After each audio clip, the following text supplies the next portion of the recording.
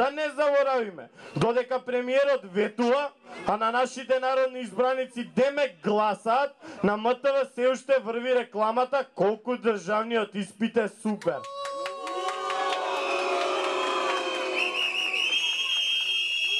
Изминативе 4 месеци, кога и да пружевме отпор, бевме игнорирани или етикетирани. Се сеќавате ли на насловите како студентскиот пленум не постои? Се сеќавате на изјавата на премиерот? Не знам зошто протестираат, нивна работа, нека протестираат.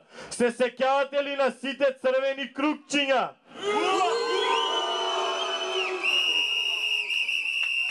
Затоа сега, дозволете ни да бидеме скептични во оваа ненадејна попустивост.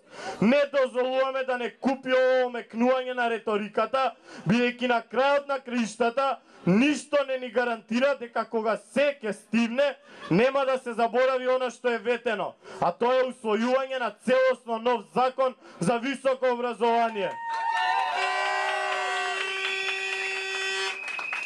Тука сме да покажеме дека не сме наивни и дека нема да подклекнеме додека не се исполнат нашите барања.